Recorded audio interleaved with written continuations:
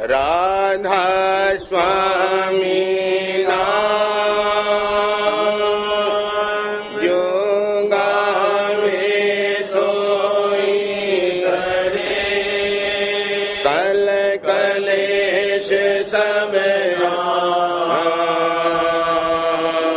से सुख पावे, अब दुख हरे, ऐसा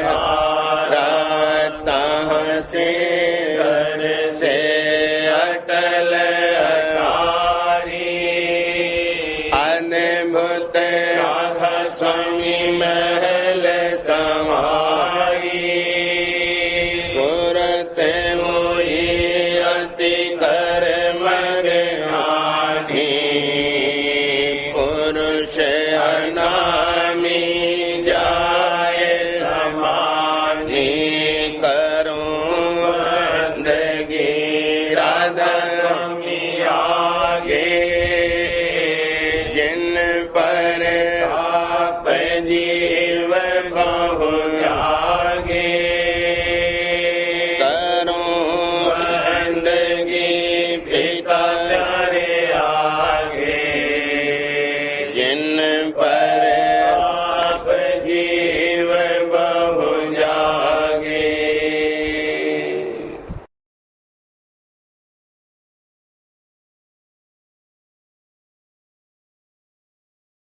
जड़ सूरत गगन की घाटी क्यों जले भर में भाटी जड़ सूरत गगन की घाटी क्यों जले भर में की भाटी क्यों चले काल की भाटी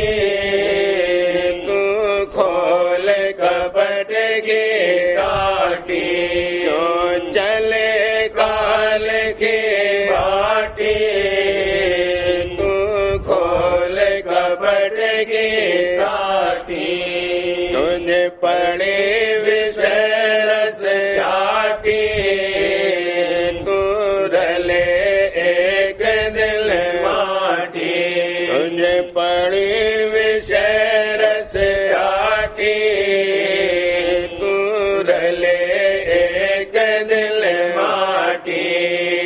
सौदागर सतगुरु हाटी चल खोलो घट की काटी सौदागर सतगुरु हाटी चल खोलो घट की काटी हम बांध सूरत संग ठाटी तम छोटे प्रपाटी हम बांध सूरत संग ठाटी तम छोटे कर्म प्रपाटी फिर खोलो चढ़ कर साटी नम चढ़ जा खोल कपाटी फिर खोलो चढ़ कर साटी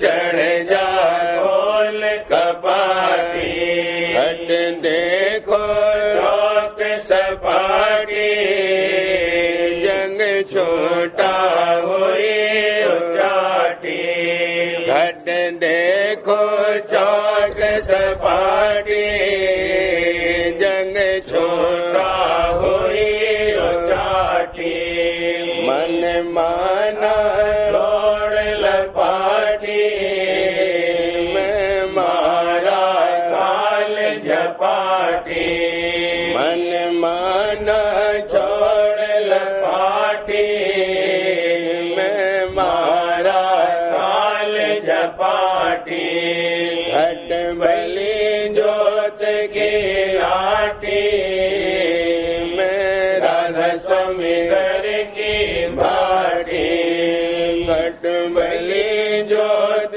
की लाटी मैं राधा स्वामी घर की भाटी चढ़ सूरत गगन की घाटी तो जले भर में की भाटी चढ़ सूरत गगन की घाटी तो जले भर में की भाटी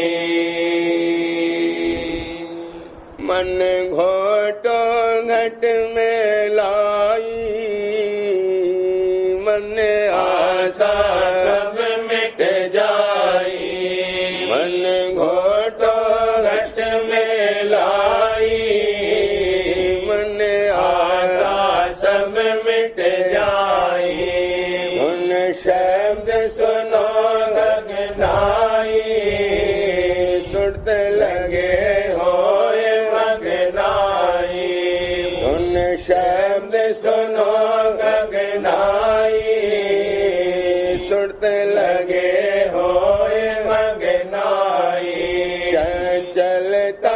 चेत भगाई निर्मलता मिली सफाई चंचलता चेत भगाई निर्मलता मिली सफाई होगों की आस छुड़ाई सुमिरन मन अधिक लगाई होगों की आस छुड़ाई सुमिरन मन अधिक लगाई मलबास हृदय से जाई अमृत रस पिया घाई मलबास हृदय से जाई अमृत रस पिया घाई महिमा कुछ कही ले आई मन मारा सुरत समाई महिमा कुछ कही ले आई मन मारा सुरत समाई घट अनहद घोर बजाई गुरु सत्य गुरु लीन जाई घट अनहद घोर बजाई गुरु सत्य गुरु लीन जाई घट भान उदय होए आई चंदा की ज्योत जगाई घट भान उदय होए आई चंदा की ज्योत जगाई संतन मत करो बड़ाई सुरत से मृत सभी ल जाई संतन मत करो बड़ाई सुरत से मृत सभी ल जाई आरत की बात जलाई फिर सामा सब ले आई आरत की बात चलाई फिर सामा सब ले आई गुरु आगे धरे बनाई गुरु में हर करियते आई गुरु आगे धरे बनाई गुरु में हर करियते आई मैं भी फिर आरत आई गुरु मुझ पर हुए सहाई मैं भी फिर आरत आई गुरु मुझ पर हुए सहाई गुरु चरणन दास कहाई मैं शोभा अद्भुत आई गुरु चरणन दास कहाई मैं शोभा अद्भुत आई राधा स्वामी नाम दियाई लीला कुछ अगम दिखाई राधा स्वामी नाम दियाई लीला कुछ अगम दिखाई मन घोटो घट में लाई मन आशा सब मिट जाई मन घोटो घट में आई मन आशा सब मिट जाई घन गरज सुनावत गहरी घन गरज सुनावत गहरी हम सूरत सुन सुन ठहरी हम सूरत सुन सुन ठहरी घन गरज सुनावत गहरी घन गरज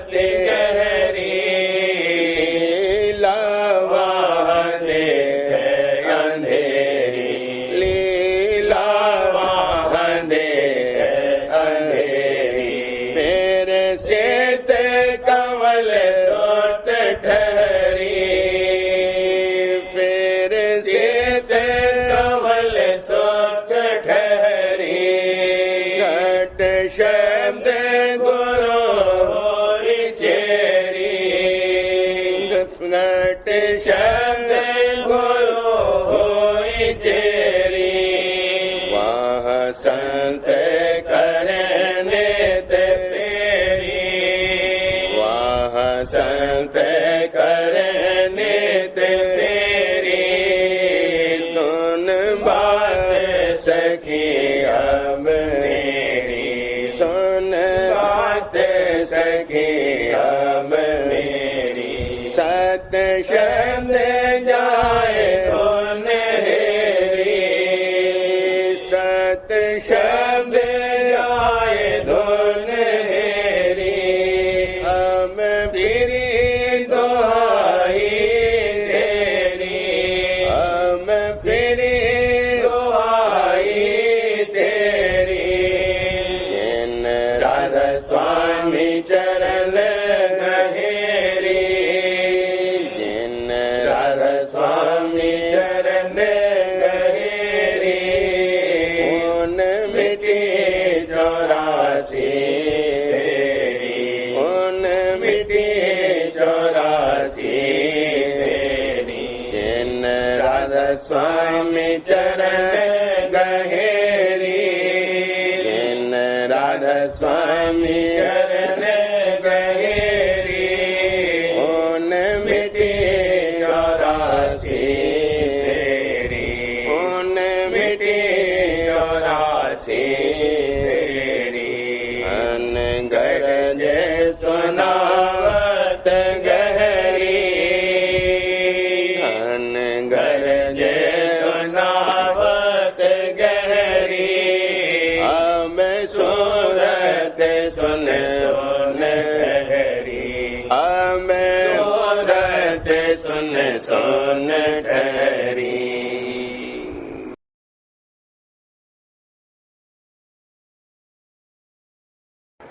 सुरतिया धोय रही अब चूनर में भरी सुरतिया धोय रही अब चूनर मैल भरी सुरतिया धोय रही भाव भरी सत्संग में आई भाव भरी संग में आई भाव भरी सत्संग में आई गुरु चरणन सुट जोड़ धरी मल गुरु चरणन सुट जोड़ धरी देखो गुरु चरणन सुट जोड़ धरी सुरतिया धोय रही अब चूनर मैल भरी सुरतिया धोय रही वचन सुनत अनुराग बढ़ावत वचन सुनत अनुराग बढ़ावत सेवा को नित रहत खड़ी भला सेवा को नित रहत खड़ी देखो सेवा को नित रहत खड़ी सुरतिया धोय रही अब चूनर मैल भरी सुरतिया धोय रही गुरु की दया मैल मन धोवत गुरु की दया मैल मन धोवत निर्मल होय भव सिंध तरी मल निर्मल होय भव सिंध तरी देखो निर्मल होय भव सिंध तरी सुरतिया धोय रही चूनर मैल भरी सुरतिया धोए रही। शब्द संग नित सुरत लगावत, शब्द संग नित सुरत लगावत, चढ़ पहुँची पद परस हरि। भला चढ़ पहुँची पद परस हरि सुरतिया धोए रही। अब चूनर मैल भरी सुरतिया धोए रही। गगन जाए पर से गुरु चरना, गगन जाए पर से गुरु चरना। दसम द्वार गई होए चढ़ी, भला दसम द्वार गई होए चढ़ी। देखो दसम द्वार गई होए चढ़ी सुरतिया धोए रही। अब चूनर मैल भरी सुरतिया धोए रही। सतगुरु दरस मिला सतपुर में, सतगुरु दरस मिला सतपुर में। सुफल हुई अब देह नरी, भला सुफल हुई अब देह नरी। देखो सुफल हुई अब देह नरी सुरतिया धोए रही। अब चूनर मैल भरी सुरतिया धोए रही। अलख अगम की फिर सुध लेकर, अलख अगम की फिर सुध लेकर। राधा स्वामी चरणन आन पड़ी, प्यारे राधा स्वामी चरणन आन पड़ी। मैं तो राधा स्वामी चरणन आन पड़ी सुरतिया धोए रही। अब चूनर मैल भरी सुरतिया धोए रही। अलख अगम की फिर सुध लेकर, अलख अगम की फिर सुध लेकर। राधा स्वामी चरणन आन पड़ी, प्यारे राधा स्वामी चरणन आन पड़ी। मैं तो राधा स्वामी चरणन आन पड़ी सुरतिया धोए रही। अब चूनर मैल भरी सुरतिया धोए रही। सुरतिया निरत करत गुरु सन्मुख कर सिंगार। सुरतिया निरत करत गुरु सन्मुख कर सिंगार। इत प्रतीत का जेवर पहना, इत प्रतीत का जेवर पहना। भाव भक्ति के बस्तर धार, भाव भक्ति के बस्तर धार। भाव भक्ति के बस्तर धार सुरतिया निरत करत गुरु सन्मुख कर सिंगार। सुरतिया निरत करत अधर चढ़त धुन सुन सुरत प्यारी। अधर चढ़त धुन सुन सुरत प्यारी। मस्त हुई सुन सारंग सार, मस्त हुई सुन सारंग सार। मस्त हुई सुन सारंग सार सुरतिया निरत करत गुरु सन्मुख कर सिंगार। सुरतिया निरत करत हंस हंस ने संग जोड़ मिल कर, हंस हंसनी संग जोड़ मिल कर हंसे हंसनी संग जोड़ मिल कर नाचत गावत उमंग समाए नाचत गावत उमंग समार नाचत गावत उमंग समार सुरतिया निरत करत गुरु सन्मुख कर श्रृंगार सुरतिया निरत करत अजम समा अचरज अवसर अजम समा अचरज अवसर अजम समा अचरज अवसर आनंद बरस रहा रस द्वार आनंद बरस रहा रस द्वार देखो आनंद बरस रहा रस द्वार सुरतिया निरत करत गुरु सन्मुख कर श्रृंगार सुरतिया निरत करत बिना भाग बिन राधा स्वामी कृपा बिना भाग बिन राधा स्वामी कृपा बिना भाग बिन राधा स्वामी कृपा कौन लगे यह विमल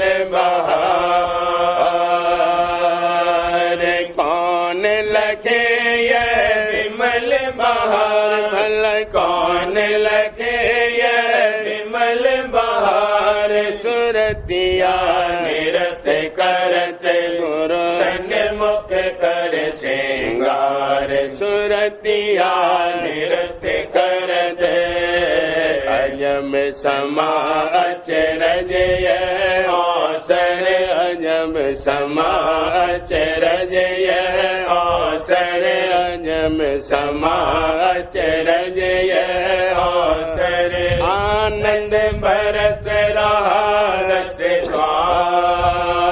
द्वार आनंद बरस रहा दस द्वार भला आनंद बरस रहा दस द्वार सुरतिया निरत करत गुरु सन्मुख कर श्रृंगार सुरतिया निरत करत बिना भाग बिन राधा स्वामी कृपा बिना भाग बिन राधा स्वामी कृपा बिना भाग बिन राधा स्वामी कृपा कौन लखे यह विमल बहार कौन लखे यह विमल बहार भला कौन लखे यह विमल बहार सुरतिया निरत करत गुरु सन्मुख कर श्रृंगार सुरतिया निरत करत मुरली धुन सुन आगे चाली मुरली धुन सुन आगे चाली 3 बजे सतगुरु दरबार 3 बजे सतगुरु दरबार देखो 3 बजे सतगुरु दरबार सुरतिया निरत करत गुरु सन्मुख कर श्रृंगार सुरतिया निरत करत सज धज के सुत अधर सिधारी सज धज के सुत अधर सिधारी सज धज के सुत अधर सिधारी राधा स्वामी चरण मिले निज सार राधा स्वामी चरण मिले निज सार प्यारे राधा स्वामी चरण मिले निज सार प्यारे राधा स्वामी चरण मिले निज सार सुरतिया निरत करत गुरु सन्मुख कर श्रृंगार सुरत भगतिया निरत करते।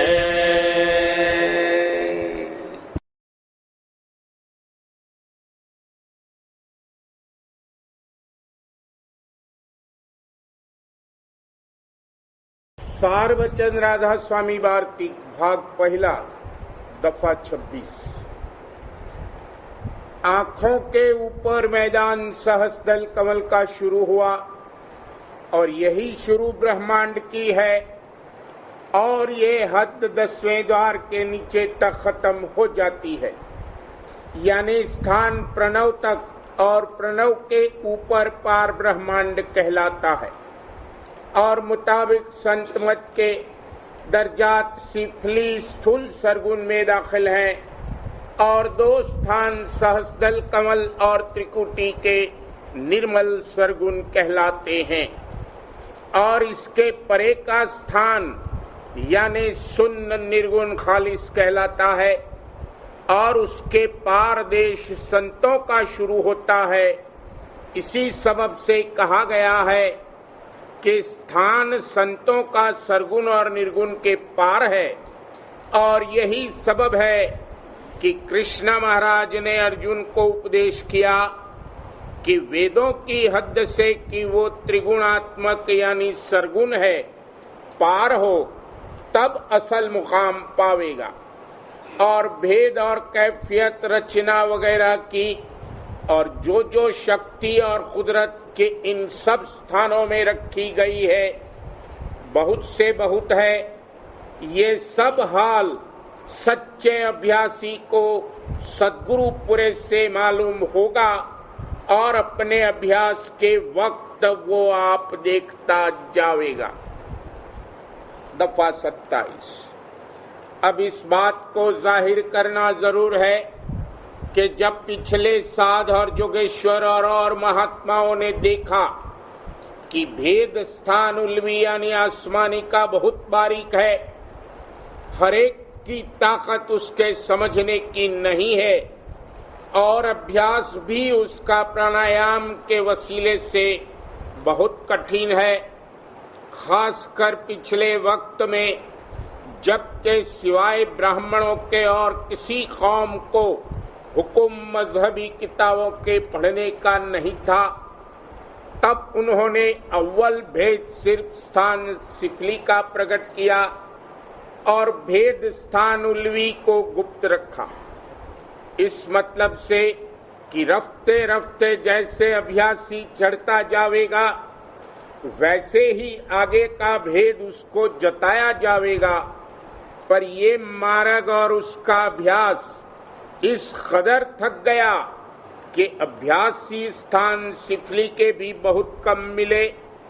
फिर रफ्ते रफ्ते उस वक्त के बुजुर्गों ने मसलहत वक्त समझकर कुल जीवों को जो कि बिल्कुल मूर्ख और अनजान थे अवतारों और देवताओं वगैरह की बाहरमुखी पूजा में लगाया, इस ख्याल से कि ये नाम और रूप जो असल में अंतरी मुकामों के थे याद करके उनकी धारणा अव्वल बाहरमुखी करें और फिर अंतर में लगे।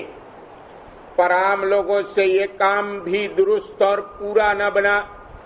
तब बाजे प्रेमियों ने वास्ते आसानी अभ्यास के बाजे अवतार और देवता दर्जे आला की मूरत ध्यान करने के लिए और सुरत और दृष्टि ठहराने के वास्ते बनाई, मगर रोजगारियों ने इस मौके को अपने मुफीद मतलब देखकर मंदिर और मूर्तें बड़े बड़े अवतार और देवताओं की धन वालों को तरगीब देकर यानी बहला और फुसला कर बनवानी शुरू की और अपने रोजगार के लिए उनकी पूजा बहुत जोर और शोर के साथ जारी कराई और पुरानी किताबों को जिनमें अभ्यास और उपासना का भेद लिखा था गुप्त करना शुरू किया। इसी तरह पर आहिस्ता आहिस्ता पूजा अवतार और देवताओं की मूर्तों की आम जारी हो गई और हाल ये है कि ऐसी पूजा करने में किसी को कुछ तकलीफ नहीं होती, हर एक शख्स आसानी से कर सकता है।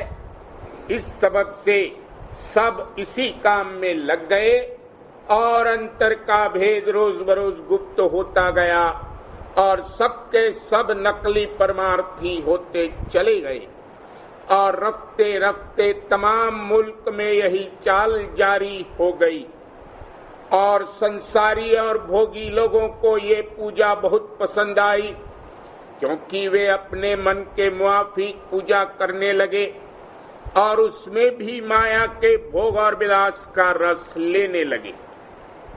दफा 28। अब के कलयुग का बहुत जोर और शोर के साथ ज़हूर हुआ और जीवों को अनेक तरह के दुखों में जैसे मुफलिसी और बीमारी और मरी और झगड़े और बखेड़े जो कि आपस में ईर्ष्या और विरोध के सबब से पैदा होते हैं गिरफ्तार और महादुखी देखा और ये भी मुलाहिजा किया कि कुल जीव सीधे रास्ते से बहुत दूर हो गए और निहायत भूल में जा पड़े। तब सत्य पुरुष राधा स्वामी को दया आई और वे कृपा करके संत सद्गुरु रूप धरकर संसार में प्रकट हुए और सच्चे मत और मार्ग का भेद साफ साफ वाणी और वचन में खोलकर कहा।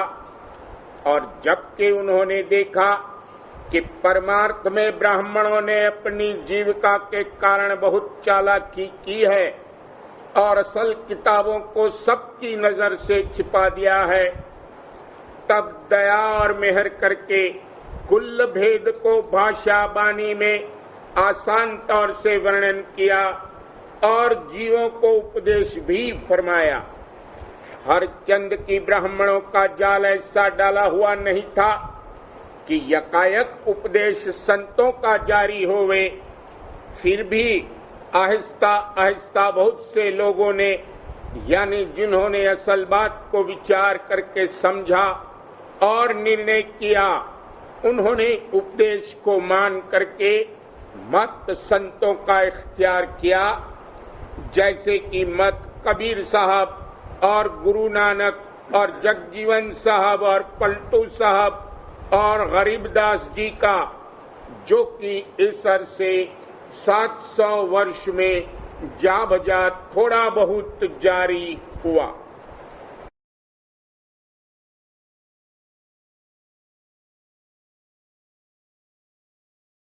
बच्चन बाबूजी महाराज भाग चौथा बच्चन नंबर 50।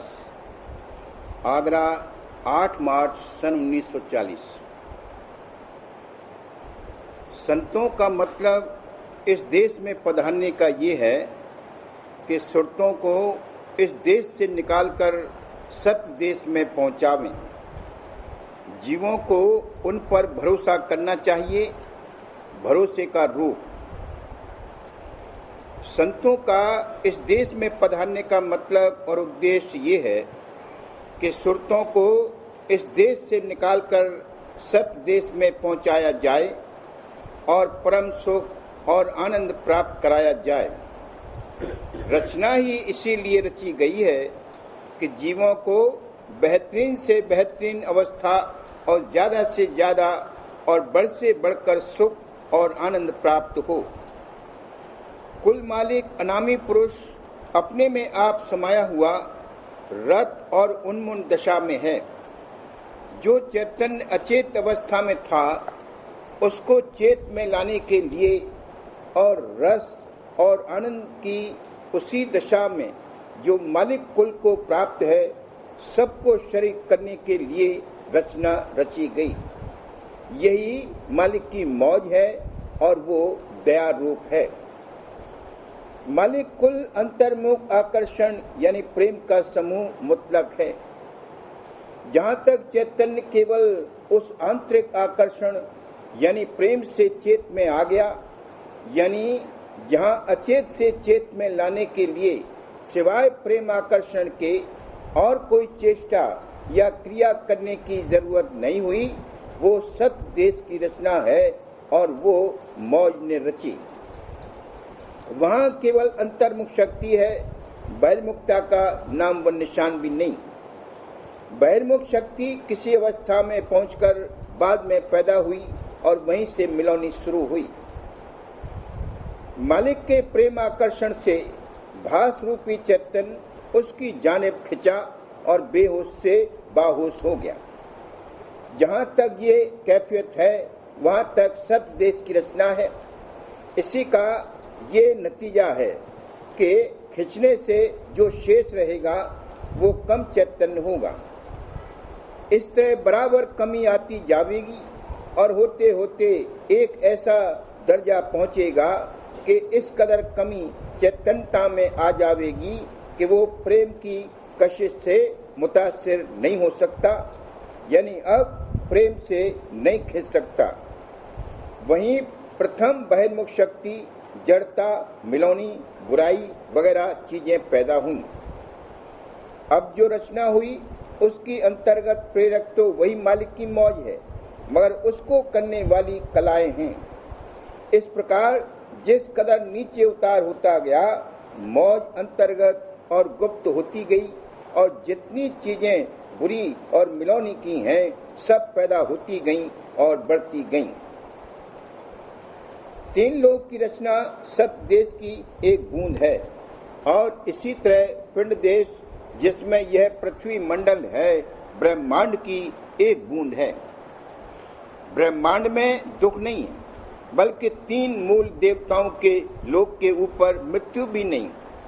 मृत्यु पिंड देश में है और यहीं दुख सुख है। सत देश के नीचे बहिर्मुख शक्ति पैदा हुई और प्रथम मिलौनी शुरू हुई, यानी वहां से अच्छे और बुरे का मेल हुआ और जिस कदर नीचे उतार होता गया अच्छाई कम और बुराई ज्यादा होती गई, यहाँ तक कि इस जगह अच्छाई बहुत ही कम रह गई और बुराई बहुत ज्यादा। यहाँ इंसान के सामने दुखों का अंबाल लगा हुआ है और जैसा तैसा कुछ भी सुख है वो आइंदा भारी दुखों के आने का बयाना है। इसीलिए कहा है कि सुख जार, यानी सुख को जारना पड़ेगा। अगर कोई चाहे कि हम सुख लेते जाएं और दुख को हटाते और दूर करते जाएं तो ये नहीं हो सकता है। इस रीति से सुख की प्राप्ति और दुख की निवृत्ति नहीं हो सकती। दुख सुख दोनों को जारो। अंतर्गत और गुप्त मौज ही प्रीडेस्टिनेशन यानी भाग है। जो मौज अंतर्गत और गुप्त होती गई है मगर उसने जीव का पीछा नहीं छोड़ दिया। यहाँ जो कार्रवाई करने वाला है उसको फ्री विल यानी पूरी आजादी दे दी गई है कि वो जो चाहे सो करे, मगर प्रीडेस्टिनेशन यानी अंतर्गत मौज बराबर गुप्त तौर पर अपना काम कर रही है कि एक दिन इसको परम आनंद और परम सुख की अवस्था प्राप्त हो। ये मौज का सार है। संत यहाँ हमेशा से आते रहे मगर गुप्त थे। जब सुरतों के सतदेश में लौटने का वक्त आया तब प्रगट संत पधारे और तब प्रगट उद्धार की कार्रवाई जारी फरमाई। अंतर के अंतर्गत तो मौज प्रेरक है, मगर अपनी करतूत की पूरी आजादी यानी फ्री विल दे दी गई है। जो अपनी चाह हो उसको पूरा करने के लिए जैसा चाहे वैसा करे। इसी में बेहतरीन नतीजा निकल सकता। किसी चाह को जबरदस्ती दबा देने से बिलेवज किसी फायदे के हर्ज होगा। समझाने बुझाने की जरूरत है और इस देश में इसे रवा रखा गया है, मगर जब तक खिल्त और खवास न बदले तब तक मत की धारणा नहीं कर सकता और बगैर धारणा के उसकी कार्रवाई नहीं कर सकता। पूरी आजादी के साथ अपनी चाह के बमूजिब बरत लेने पर जो तजुर्बा हासिल होगा उससे खिल्त और खवास में तब्दीली आवेगी। जबरदस्ती करने से उस समय के लिए चाह दब जाएगी मगर कट नहीं सकती। इसलिए मालिक की मौज यानी दया से फ्री विल यानी आजादी दी गई है। जबरदस्ती करना दयालुता के अंग के खिलाफ है। प्रेम में सिवाय अपने प्रीतम के आकर्षण में आकर्षित होने और उसके आनंद में आनंदित होने के दूसरी और कोई क्रिया या चाह नहीं। ये कैफियत सिर्फ सद्देश में है। वहाँ सब सुरतों की यही कैफियत और एक ही गर्ज है। जहाँ चाह और अपना अलग मतलब पैदा हुआ, वह प्रथम बहिर्मुख शक्ति का ज़हूर हुआ। वही महाकाल है। वो इस कदर समूह नहीं बना सका कि सत्पुरुष राधा स्वामी के दर्शनों का आनंद ले सके। तब उसमें ये चाह और फुरना उठी कि हम नीचे जाएं, राज करें और रस लें। पुरुष से नित्य ही करे मन कुछ और ही धार। मन में कुछ और ही चाह होने की वजह से उसको नीचे उतरना पड़ा। कोई कार्रवाई और खासकर परमार्थ और जीव के कल्याण और उद्धार की कार्रवाई जबरदस्ती नहीं हो सकती। मालिक समर्थ है, सब कुछ कर सकता है। जबरदस्ती भी जीव से मनवा सकता है, मगर उससे कोई नतीजा नहीं निकलेगा। जब होगा मालिक की मौत से होगा, और जो कायदा वास्ते बेहतरीन नतीजा बरामद होने के मौत से मुकर्रर हुआ है उसी से होगा। इसलिए संतों ने प्रोपेगेंडा और प्रचार का निषेध किया। मालिक शब्द स्वरूप है और सुरत उसकी अंश और हम जात और हम जौहर है। सुरत का शब्द में लगाना ये संतों की रीति है। इसी से उद्धार होगा और कोई रीति उद्धार की रची ही नहीं गई। वैसे यह इस कदर मुश्किल है कि तिनके पर पहाड़ को उठाना और जो चल नहीं सकता उसको शिखर पर पहुंचाना। मगर जब सुर तन और मन से किसी कदर बरामद हो जाएगी, तब इसके बराबर कोई सहज काम नहीं है, क्योंकि सुरत को शब्द की जानिब कुदरती उन्स और कशिश है। गुरु भी दुर्लभ चेला दुर्लभ, कहीं मौज से मेल मिला। शब्द गुरु है और सुरत चेला है, यानी जिसमें शब्द विराजमान है वो गुरु है और जिसमें सुरत निकल आई है वो चेला है। मौज से कुदरती कशिश से ये मेल मिलेगा, मगर 12 मासे में कहा है कि मौज उपाय नहीं अब कोई। मौज का कोई उपाय और जतन और तदबीर नहीं है। जब मौज होगी मेल मिलेगा, इसलिए दुर्लभ कहा है। चाहे कैसी भी विरुद्ध अवस्था और मुखालिफ हालत में हो, जब मौज से सुरत जागेगी तो कुदरती कशिश से खिंचा चला आवेगा। महाकाल की ताकत नहीं है कि उसको रोक सके। को असमर्थ हो जो जारे उस बीज को, उसको समझाने बुझाने या प्रोपेगेंडा और प्रचार की जरूरत नहीं। प्रोपेगेंडा से संत मत का प्रचार नहीं होगा। जिस मतलब और गरज से प्रोपेगेंडा और प्रचार किया जाता है वो मतलब सिद्ध होगा। मछली को जल के साथ स्वाभाविक प्रीत और कशिश है, क्योंकि उसमें जल तत्व विशेष है और सिर्फ वही पानी की धार पर ऊपर को चढ़ सकती। किसी और जानवर की ताकत नहीं है कि ऐसा कर सके। ये एक मोटी सी मिसाल है। हम जात और हम जौहर की कशिश से जो विश्वास आवेगा वो काबिले एतबार है और उस पर परमार्थ की इमारत तामीर की जा सकती। वो प्रेम विश्वास है।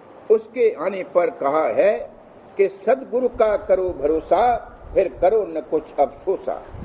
मगर इसका ये मतलब नहीं है कि सदगुरु का भरोसा कर लिया तो अब दुख तकलीफ नहीं आवेगी और किसी बात का अफसोस नहीं करना पड़ेगा।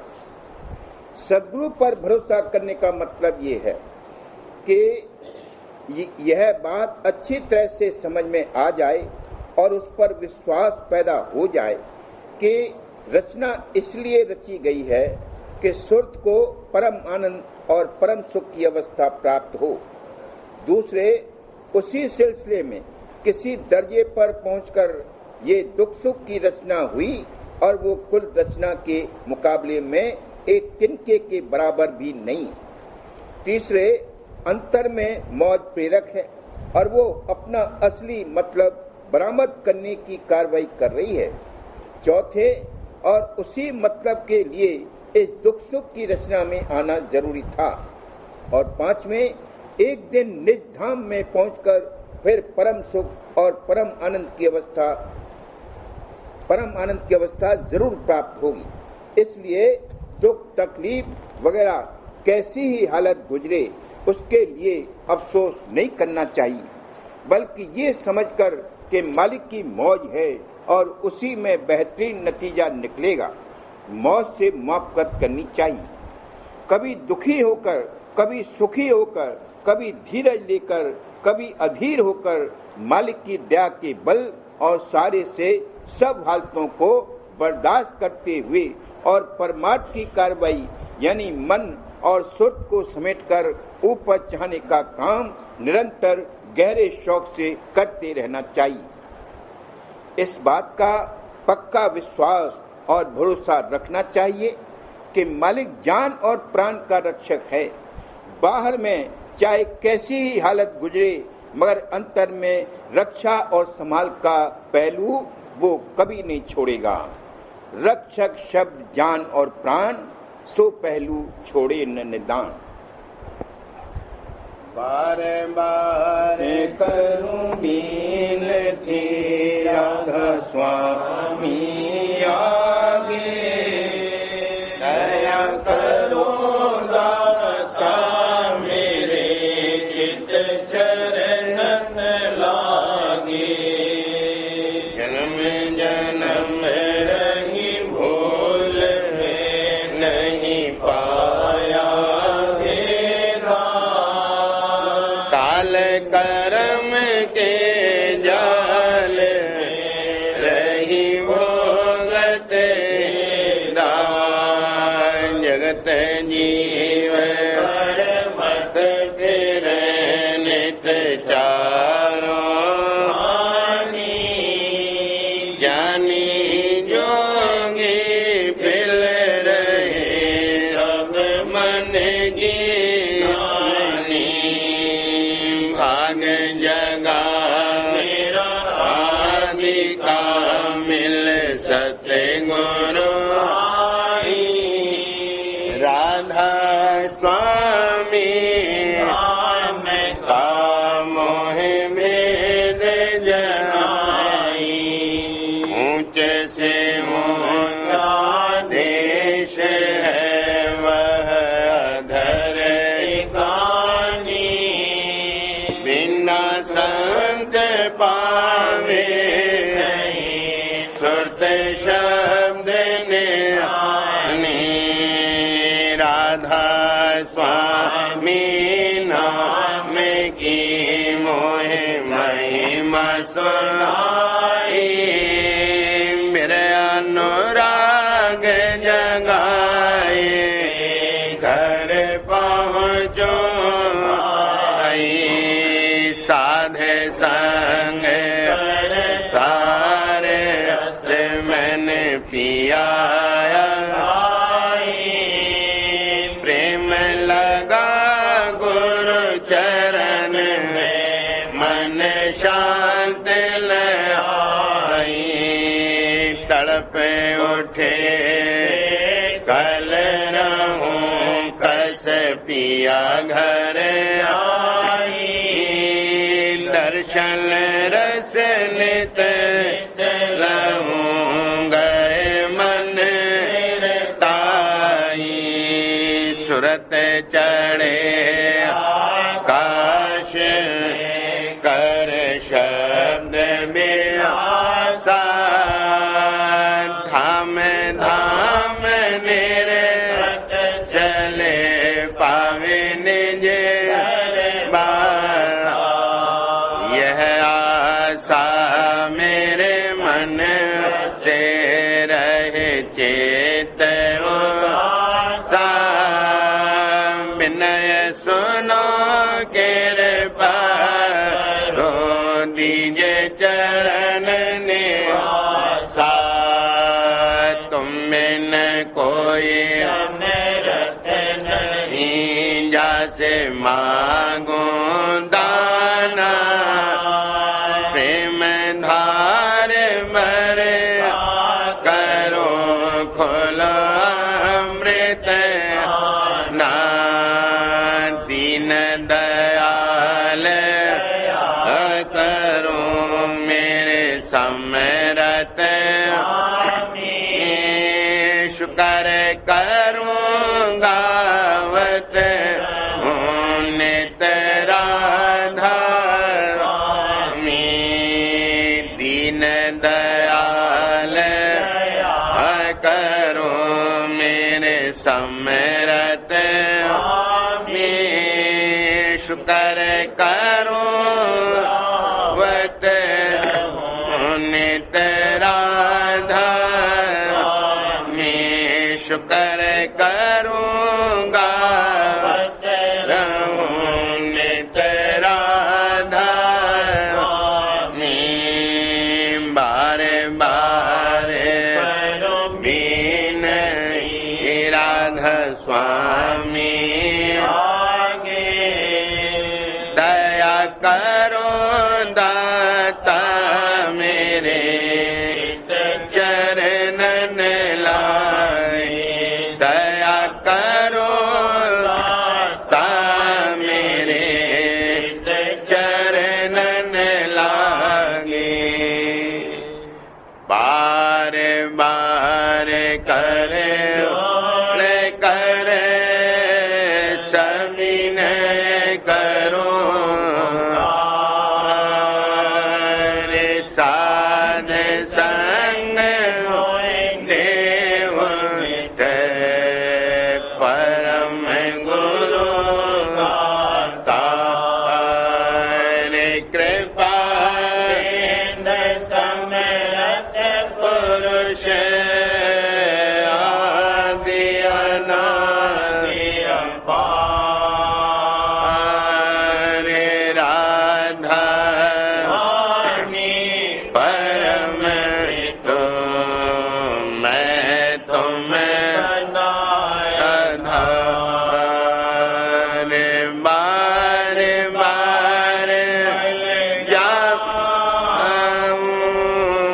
तन मन वारों चरण पर, क्या मुखले में आऊं मैं हर करी कृपा,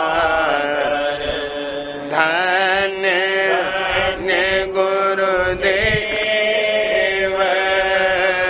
दया इंद पूरन, नित्य करो तुम एव अचल भक्ति मोहे, प्रभु दीन नयनाथ, हाथ गा तुम आने, अब मेरा खो नित हाथ, दीन दयाल कृपा निधि, काम क्रोध लोभ सम विद्या गुण हारे, प्रभु राखो मेरी आज तुम द्वारे अब पड़ा, राधा स्वामी गुरु रथ तुम बिन और न दूसरा, हमें करो दया तच्छे तुम डरे दिल में, दया करो मेरे देव